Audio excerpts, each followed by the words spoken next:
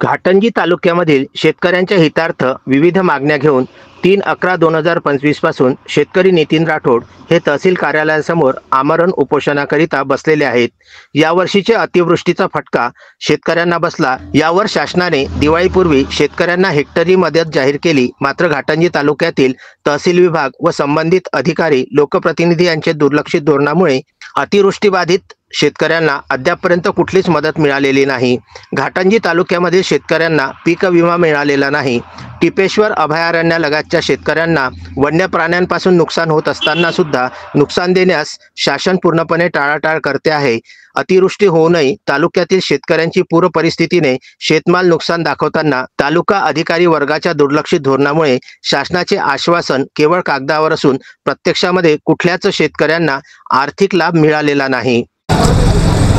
या खरीप हंगामामध्ये शेतकऱ्यांचं प्रचंड नुकसान झालं असून शेतीचं, पण प्रशासनाच्या स्तरावर कोणतीही दखल घेतल्या जात नाही। खास करून घाटंजीचे तहसीलदार हे शेतकऱ्याच्या बाबतीत कोणता सूड उगवत आहे मला माहीत नाही, पण सगळ्या जिल्ह्यामध्ये सगळ्या तालुक्यामध्ये पैशाचं वाटप झालं असताना शेतकऱ्यांना मदत, पण घाटंजी तालुक्यात अजूनही एक पैसाही शेतकऱ्यांच्या खात्यात जमा झाला नाही।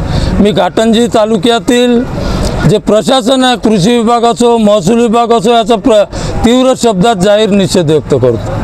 यवतमाळ जिल्ह्यामध्ये आदिवासी बहुल भाग म्हणून नावलौकिक असलेल्या तालुक्यातील शेतकरी आधीच आसमानी संकटामध्ये असताना सुद्धा शासनाची मदत मिळत नाही। याकरिता शासनाला जाग आणण्यासाठी व शेतकरी हितासाठी उपोषणकर्ते नितीन राठोड यांचेसह संजय आडे, मोरेश्वर वातिले, दत्तात्रय गटलेवार, कैलास राठोड, अरविंद जाधव, गणेश राठोड इतरही शेतकऱ्यांनी आंदोलन पुकारले आहे।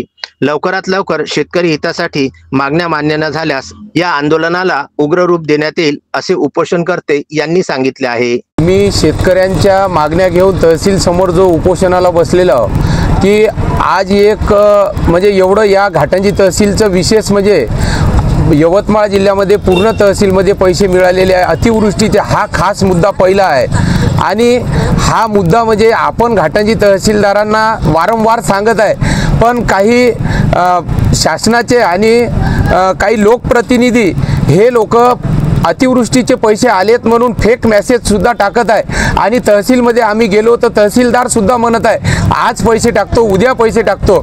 मग आजपर्यंत यांनी दिवाळी तर गेली अंधारात, पण आजची 4 तारीख आली, 3 तारखेपासून आम्ही उपोषणाला बसलेलो आहोत इथं आणि हा आमरण उपोषण करत आहे। जर शासनाला याची जाण नसेल तर याच्यानंतर आम्ही एक आंदोलन सुद्धा उभारू, पण यांनी जर पैसे टाकायचे असेल तर लोकांना फसवू नये। गरीब लोक बँकेत चक्रा मारत आहे।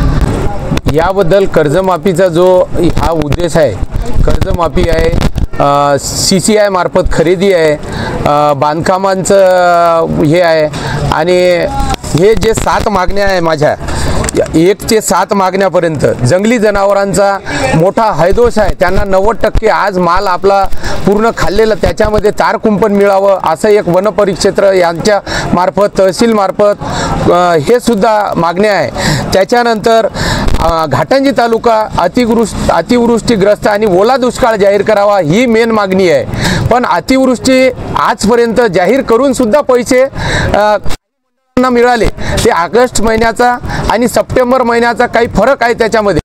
हा सप्टेंबर महिन्यामध्ये जास्तीत जास्त पाणी होता तरी या अतिवृष्टीची नोंद नाही। हा विदर्भ न्यूज घाटंजी।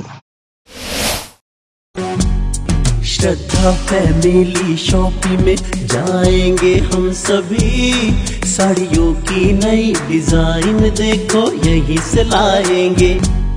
श्रद्धा फैमिली शॉपिंग में जाएंगे हम सभी, लेडीज जेंट्स बच्चों की हर फैशन लाएंगे सभी।